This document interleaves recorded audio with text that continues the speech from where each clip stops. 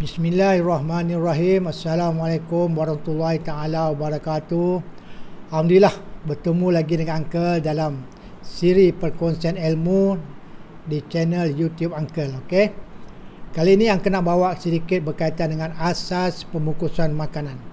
Sebenarnya inilah ulangan Uncle dulu dalam 3 minggu sudah Uncle telah jalankan khusus asas pembungkusan makanan melalui Zoom meeting.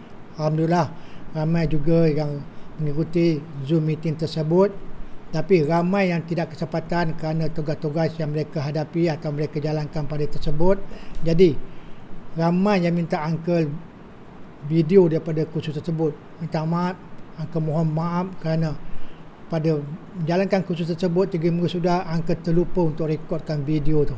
Jadi hari ni Uncle rekodkan video ni untuk mereka-mereka yang ketinggalan dulu dan supaya mereka dapat mengikuti kursus Uncle lagi ni. Okey.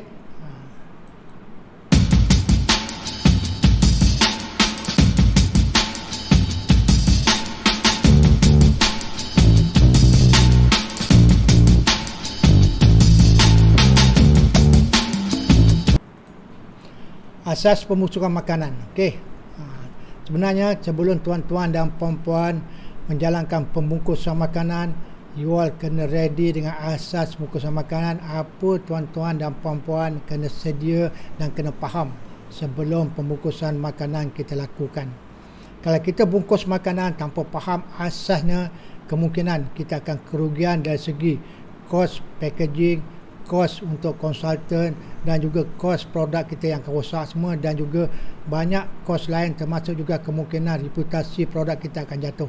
Jadi kita kena faham kenapa kita kena bungkus dan macam mana nak bungkus sama sekali. Jadi kena faham asas pembungkusan makanan dulu. Sebenarnya pembungkusan ini dipenasikan banyak cara. Dipenasi pembungkusan oleh Institut Pembungkusan Australia. Ia adalah penyediaan barang untuk tujuan penghantaran dan pemasaran. Kena Jadi pembungkusan ni adalah untuk menghantar dan pasarkan produk. Ini definisi daripada Institut Pembungkusan Australia. Robert G, iaitu pengenalan kepada pembungkusan bagi ahli teknologi makanan. Pembungkusan adalah perlindungan makanan dengan menggunakan kaedah yang dirancang dan untuk mencegah kerosakan makanan dan pengaruh luar. Ini cerita pula berkaitan dengan teknologi makanan, mana pegawai teknologi makanan dan juga mereka yang memproses produk makanan kena faham. Jadi daripada Robert ni kita faham pembungkusan melindungi makanan daripada kerosakan dan juga pengaruh luar, dan ini kena rancang. Jadi kalau kita tak faham asas dia, macam mana kita nak rancang. Okey, jadi perancangan kena ada. Dia kena faham asas sebelum kita buat pembungkusan. Mention RL. Pembungkusan adalah pelindung makanan dari pengaruh luar dan penyediaan makanan itu bertujuan untuk penghantaran dan pemasaran. Jadi mention RL ni dia combinekan dua definisi tadi, iaitu untuk mengelakkan makanan daripada rosak dan juga untuk menghantar dan pasarkan produk. Jadi itulah definisi dia yang kita ambil hari ni. Okey. Jadi aku uraikan, pembungkusan mesti ada dua perkara ni. Melindungi apa yang kita jual dan menjual apa yang dilindungi. Itu angka penyelesaian hari ni. Okey, ingat pembungkusan melindungi apa yang dijual daripada rosak semuanya, dilindungi barang tu. Dan juga menjual apa yang dilindungi. Tak guna kalau kita dapat lindung produk tapi tak dapat jual pula. Packaging cantik, barang cantik tapi tak dijual. Jadi kita kena ingat dua fungsi ni. Pembungkusan dapat melindungi produk dan juga dapat menjual produk yang kita hasilkan tu. Aku buat contoh ni. Bayangkan tanpa pembungkusan dalam dunia sekarang ni, tuan-tuan dan puan-puan pergi ke kedai, pergi supermarket, beli produk tak ada bungkus dibaginya. Ini dapat kita rasa sekarang ni, di mana kerajaan telah limitkan atau tidak galakkan penggunaan plastik. Kita pada masalah sekarang nak mengangkat. Betul tak ni? Bayangkan sekarang ni bawa telur 12 biji, boleh tak kita pegang dengan tangan daripada supermarket tu, kita bawa ke kereta kita, dan daripada kereta kita bawa ke rumah. 12 biji telur cukup lah. Macam mana kita nak bawa dia tanpa pembungkusan? Jadi salah satu objektif bungkus tadi melindungi produk dan dapat dijual. Melalui iklan-iklan daripada packaging tu dapat menjual produk. Tunjuk contohnya macam mana, bayangkan you jadi apa, jadi ahli sirkus nak bawa produk balik ke rumah, betul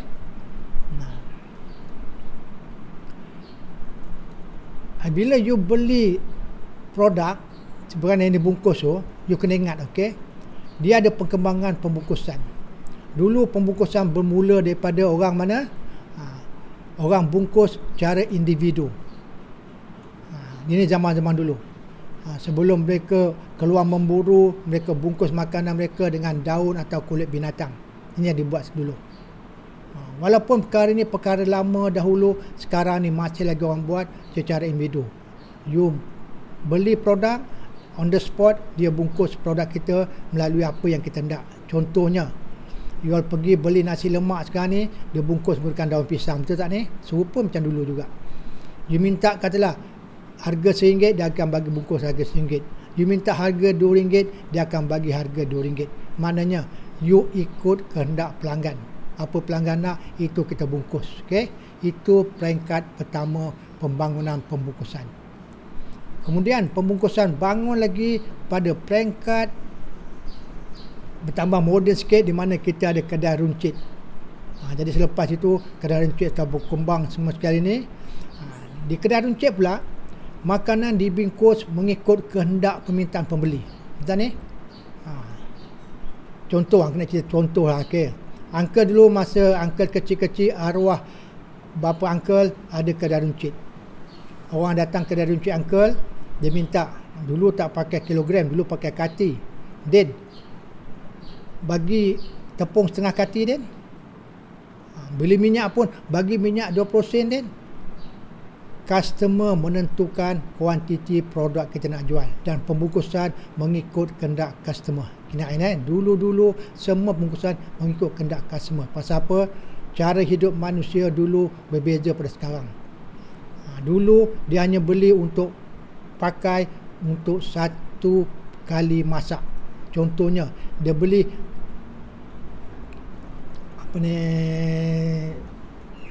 tepung. Dia beli tepung tu hanya untuk masak pada pagi tu, dan besok dia beli lain pula, tambah yang lain untuk pagi besok. Minyak dia beli untuk guna makan tengah hari tu je. Itu dia beli minyak. Dan minyak 20 sen, Den. Dan kadang-kadang bekas pun atau pembungkusan pun dibawa pada rumah. Contohnya dulu-dulu kalau beli minyak semua sekali, diorang kena bawa botol sendiri. Kami tak sediakan botol. Nampak ni perbezaan. Tapi barang ni masih berlaku lagi. Walaupun kata kedai runcit dah kurang dah, tapi ada berlaku lagi di mana customer menentukannya. Contohnya, Uncle pernah pergi New Zealand di mana jual honey. Dan tempat jual honey tu macam-macam jenis honey, lebih kurang 24 jenis honey, daripada putih sampai ke gelap hitam. Dan semua customer datang kena bawa bekas, dan dia akan timbang bekas tu, dia taruh honey, dan dia akan tengok perbezaan timbang tu, dan dia akan kenakan bayaran mengikut kos honey yang dipinta tu. Jadi customer tentukan berapa banyak semua, dan customer kena bawa bekas pembungkusan. Dan sebenarnya sekarang pun kita dah bermula bawa bekas pembungkusan. Kita pergi supermarket sekarang, kita bawa beg dah. Jadi barang ni pun berulang juga. Jadi kena faham, barang-barang pembungkusan ni walaupun nampak sudah kuno semua sekali, tapi masih berlaku hari ni di mana kita bawa bekas pembungkusan. Tapi ingat tadi, faktor tadi, dulu orang beli makanan mengikut apa dia pakai untuk sekali makan. Bukan macam sekarang kita simpan. Okey, itu sebabnya kadang-kadang bekas dibawa sendiri, dan dia menentukan berapa banyak dia nak beli. Jadi pembungkusan mengikut kehendak pelanggan. Okey, aku ulang balik, pembungkusan dulu mengikut kehendak pelanggan. Bila manusia bertambah moden, maka kedai runcit pun sudah yang mula tumbuh semua sekali ni, dan lagi moden, kedai runcit pun orang dah berhijrah daripada kampung-kampung ke bandar-bandar, dan pekerjaan banyak kat bandar di offer sekarang ni, maka tumbuhlah supermarket. Ya. Di supermarket pula, sekarang ni pengguna tidak ada suara menentukan berapa banyak nak beli. Pembungkusan ditentukan oleh supermarket sendiri. Sayur dah dipack harga, katalah harga dia RM5, dah dipack harga RM5. Gula dalam satu pack 1 kilo, you tak boleh beli setengah kilo. Pasal apa? Dah dipack oleh tuan punya kedai sendiri.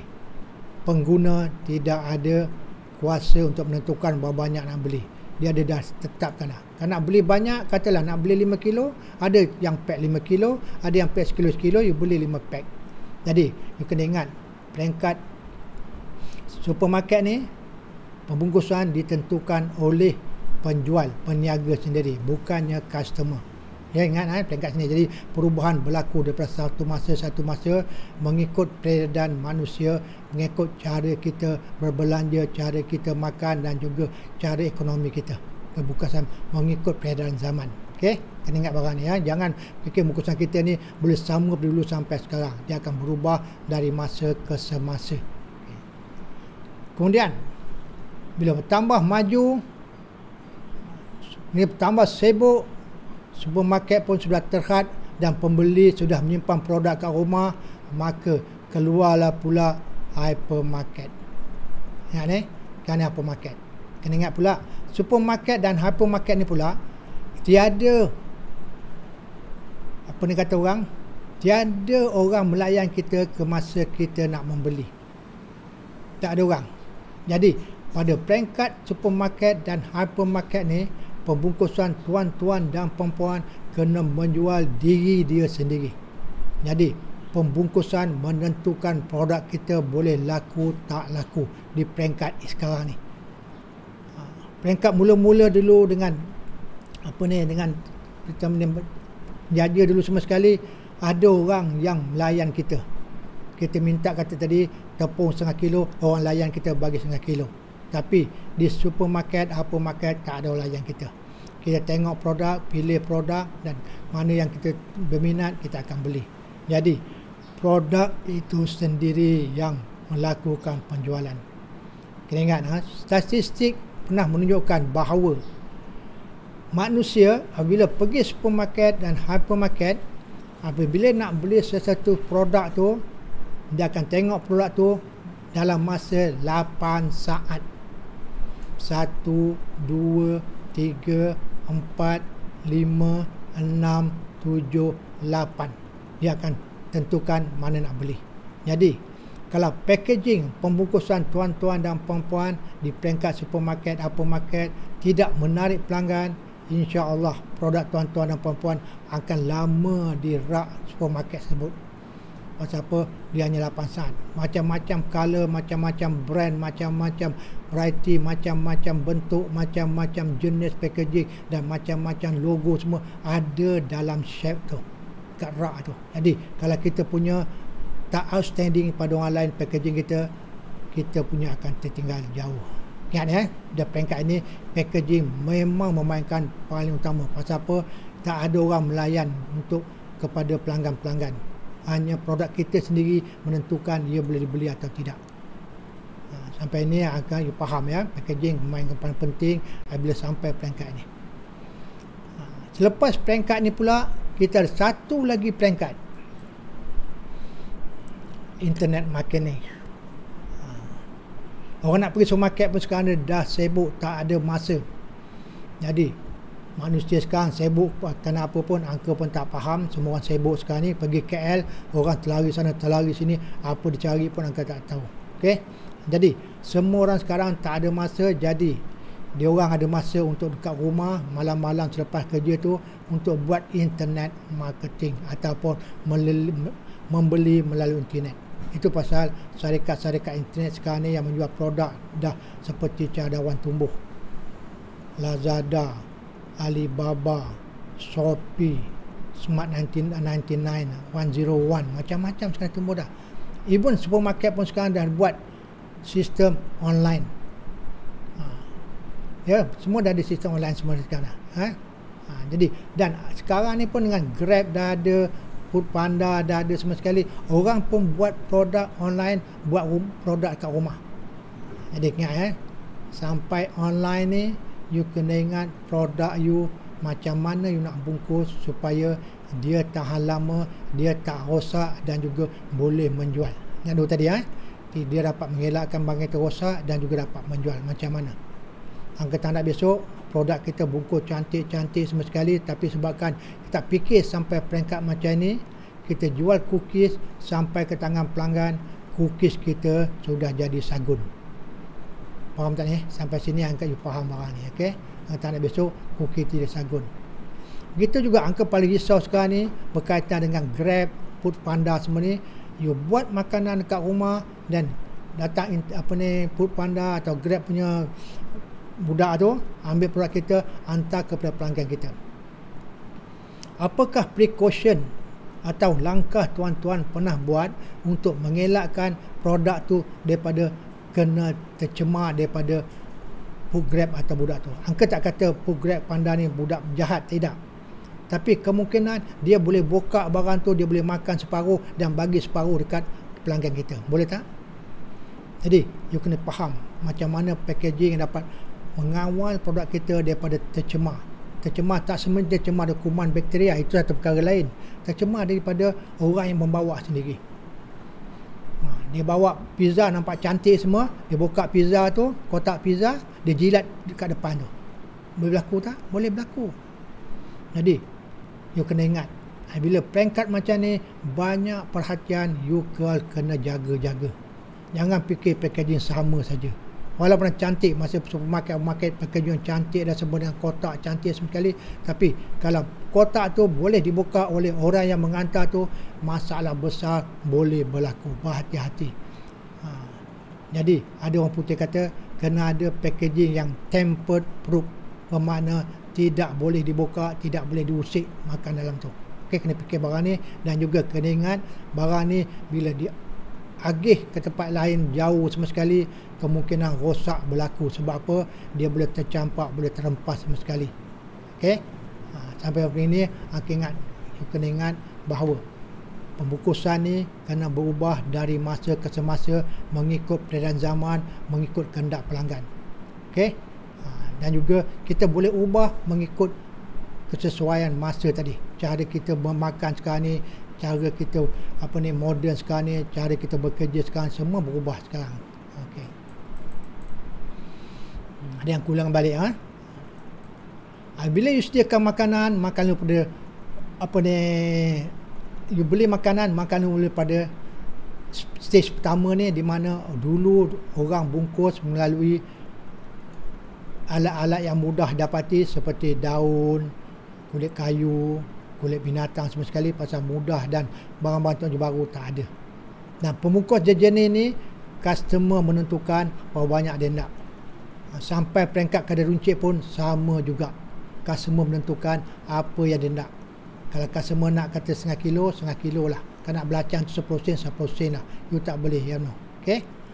Sampai supermarket, sekarang ni start aku ulangi balik, customer tiada hak menentukan banyak nak beli. Barang sudah dipack mengikut kesesuaian supermarket sebut, kesesuaian kita pengguna. Okey, dah tertentukan 1 kilo ke setengah kilo ke 10 kilo ke dah. Dan di peringkat seterusnya iaitu hypermarket. Di supermarket dan hypermarket ni kena ingat je sekali lagi, yang kulangi, tiada pekedai ataupun pelayan yang melayan kita untuk pilih mana satu. Peringkat mula-mula sampai peringkat dan cuncit ni, pekedai boleh cadangkan kita, oh beli ni Din, pasal barang ni bagus Din, barang ni baru dapat semalam, tak medali import pada negara semua. Jadi peniaga ajar kita apa nak beli, apa special produk tu. Tapi di supermarket, hypermarket tak ada orang melayan kena ini ya. Jadi produk you jual sendiri melalui packaging dia. Dia tak nampak produk you, dia nampak packaging dulu. Jadi kalau packaging you menarik, packaging information cukup, apa dia tidak semua sekali semua, insya-Allah you produk boleh laku semua. Dan sekarang ni sampai peringkat internet marketing, di mana produk kita jual melalui internet. Jadi biasa you nak bangunkan pembungkusan, you kena fikir sampai peringkat internet marketing. Boleh faham ni? Kena you faham barang ni semua sekali supaya besok you tidak ketinggalan dan juga you tidak rugi sebabkan terpaksa ubah pembungkusan, terpaksa ubah label, terpaksa ubah logo semua sekali disebabkan you punya produk besok dah maju tapi you tak dapat capture market sebabkan oleh pembungkusan kamu. Jadi ingat pembungkusan dia wujud dia tadi melindungi produk dan menjual produk. Kedua tu kena ingat lagi ni. Jadi boleh balik pembungkus pula memastikan makanan selamat dan berkualiti. Ini pemusak juga. Pasal apa? Kalau makan tak selamat dan tak berkualiti, orang akan beli sekali dan dia tak akan beli sekali kedua. Jadi pembungkusan dapat mengawal supaya produk kita tu selamat dan kualiti dia tidak jatuh. Besok kita buat cantik-cantik packaging semua sekali tapi kita tak kawal kualiti makanan sebabkan packaging kita tak sesuai. Jadi kemungkinan kualiti kita akan jatuh dan orang akan beli sekali tak akan beli produk kita lagi. Walaupun pembungkusan cantik, menarik, orang beli kali pertama dan tak akan beli kali kedua. Bercerita pasal kualiti dan selamat ni, angka petik satu ayat dalam surah Al-Baqarah ayat 168. Okey. Ya ayuhan nas kulu mimma fil hadil hal thayyibah. Maksud dia, wahai sekalian manusia, makanlah dari apa yang di bumi yang halal lagi baik. Alhamdulillah, halal semua orang tahu. Tapi hari ni kita pasal baik sikit pula. Apa dia baik? Thayyibah tu. Sebenarnya baik tu berkaitan dengan apa? Selamat dan berkualiti. Ialah makan yang baik. Kita yang kubur tadi, selamat dan berkualiti, itulah makan yang baik. Makan yang selamat dan berkualiti. Jadi ciri-ciri produk yang baik tu dia mesti ada ciri-ciri kualiti dan ciri-ciri selamat. Produk kita kena ada dua ciri ni, ciri yang berkualiti dan faktor yang selamat. Barulah kita kata produk kita produk yang baik.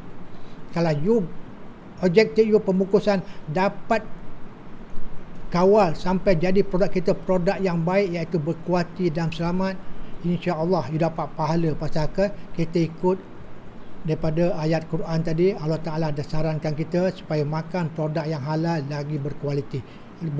Lagi baik. Ingat baik tadi, selamat dan berkualiti. Okey. Jadi apa kualiti pula? Selamat sebenarnya, kalau siapa angka mengajar khusus latihan pengen makanan, masa khusus makanan, angka cerita pasal keselamatan makanan. Dan sebenarnya dalam itu juga angka masuk sikit pada kualiti. You lagi ni sebagai pengusaha makanan kena faham apa kualiti. Kalau you tak faham kualiti, you akan bagi produk yang tak sesuai dengan pengguna dan juga you akan packing produk yang mana kualiti dia akan jatuh. Macam mana you nak tahu kualiti tu betul, baik atau jatuh? Kalau you tak faham itu kualiti. Jadi hari ni angka buka sikit minda kita supaya kita faham apa kualiti. Okey, supaya bila kita bungkus tu kita dapat kawal kualiti kita supaya tidak jatuh ataupun tidak berkurangan daripada apa yang kita patut hantar kepada pelanggan kita. Apa kualiti? Kualiti adalah gabungan ciri dan sifat produk yang memenuhi kepuasan pengguna. Kalau sifat produk tu pengguna puas, alhamdulillah, it is quality. Memenuhi keperluan spesifikasi. Jadi kita nak memenuhi pengguna tu, kita ada spesifikasi kita. Contoh sifat produk. Contohnya katalah kita jual sambal. Sambal kita dia punya warna merah, dia warna merah macam di atas tu. Okey, ada slide kita ada warna merah tu seperti warna merah tu. Kalau kurang merah pada itu, warna kuning sikit pada itu ke atau terlampau merah, bukan produk kita. Faham itu kualiti.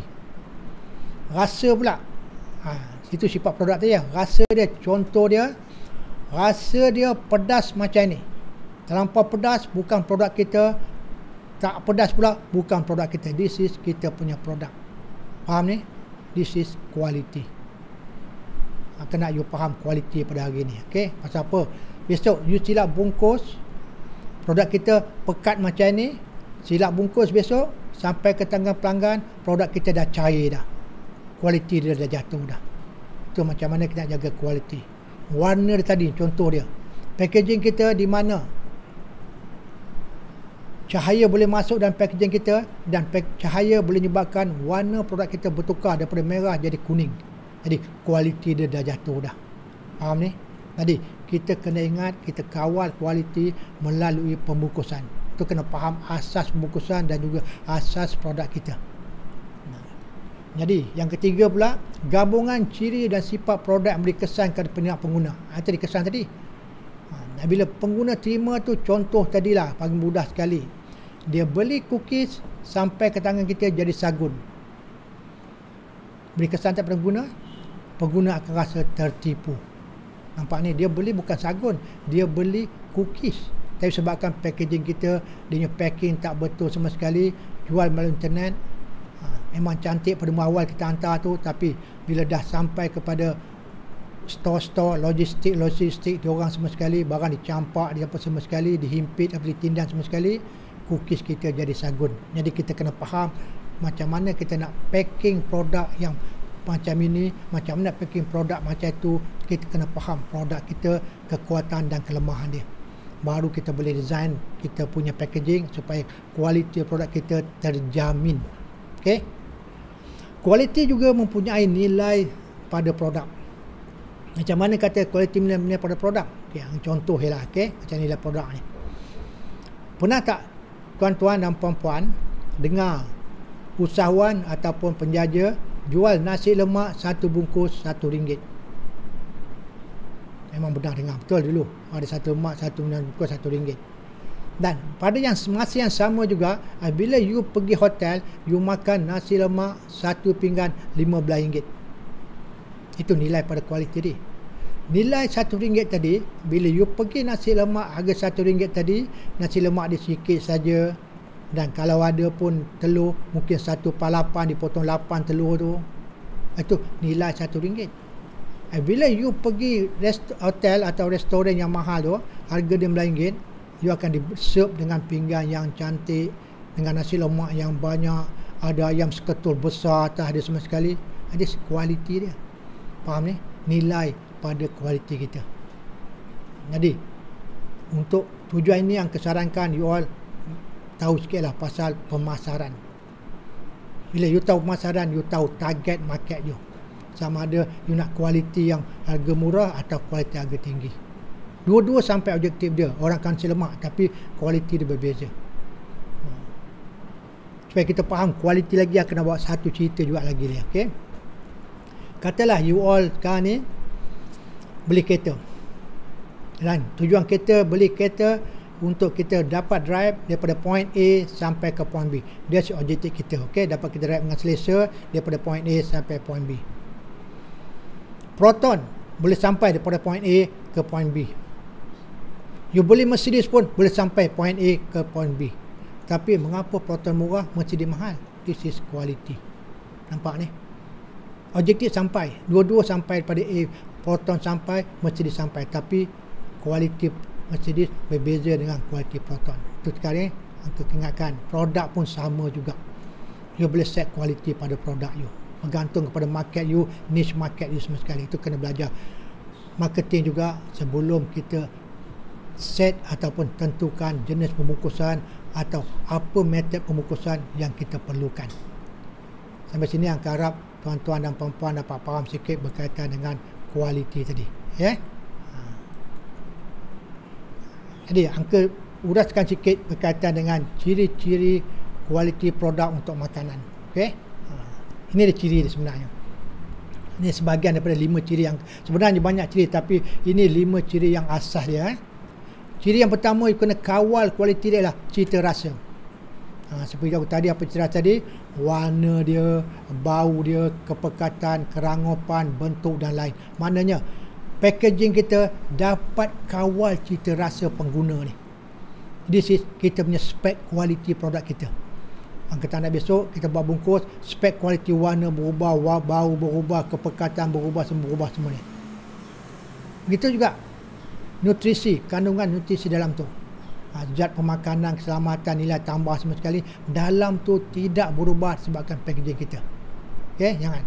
Kita ada besok sebab packaging kita orang boleh tempered ataupun boleh ubah sesuai produk kita. Dia buka semua, dia boleh ubah semua. Fungsi.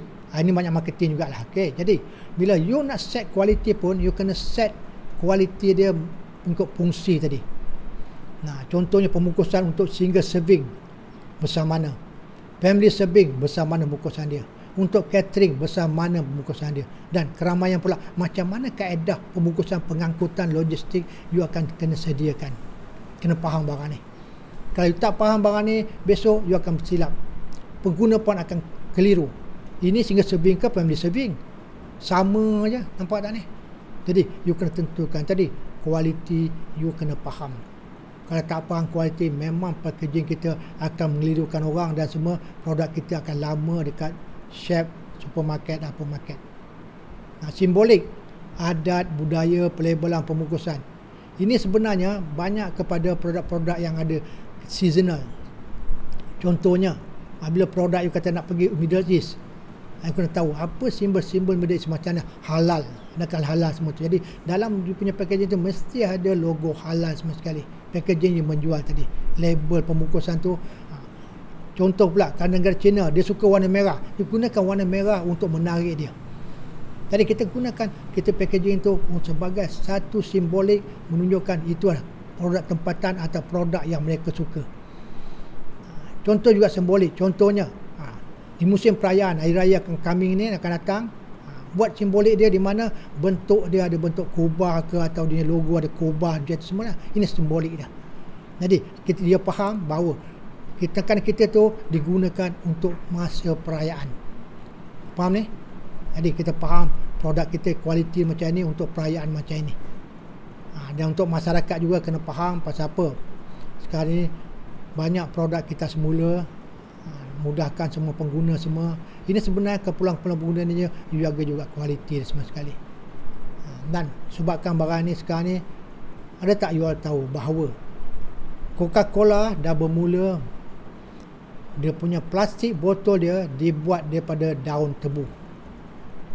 Sekarang ni tak sampai 100% dan kemungkinan dalam beberapa tahun ni dia akan dapat 100% plastik Coca-Cola daripada daun tebu. Pasal apa? Kehendak masyarakat. Jadi bila dia memulakan produk macam ni, dia akan lebih terkenal. Pasal apa? Dia lah pioneer menggunakan produk yang boleh kita semula. Produk kita banyak plastik yang tak boleh kita semula. Siapa nak cerita pasal plastik ni, angkat satu YouTube juga, you boleh angkat cerita sikit berkaitan plastik. You boleh buka YouTube Uncle berkaitan nombor-nombor kat plastik tu supaya kita faham. Okey. Jadi Angka harap sampai sini dululah Angka punya ceramah untuk hari ni, ataupun kita punya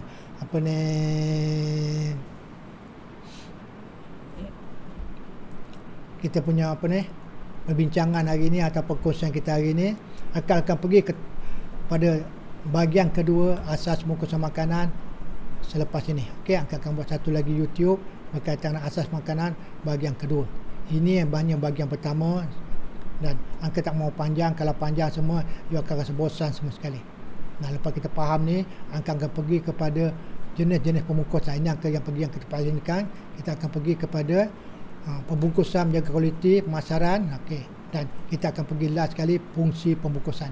Ini topik Angka yang kedua nanti. Okey, pemilihan pembungkusan, macam mana fungsi-fungsi itu you faham. Tanpa faham fungsi pembungkusan, kemungkinan juga you akan silap memilih jenis pembungkusan dan juga label-label yang silap sama sekali. Okey, jadi untuk topik kita yang kedua nanti akan bincangkan kepada fungsi pembungkusan dalam fungsi pembungkusan kita untuk hari ini. Okey.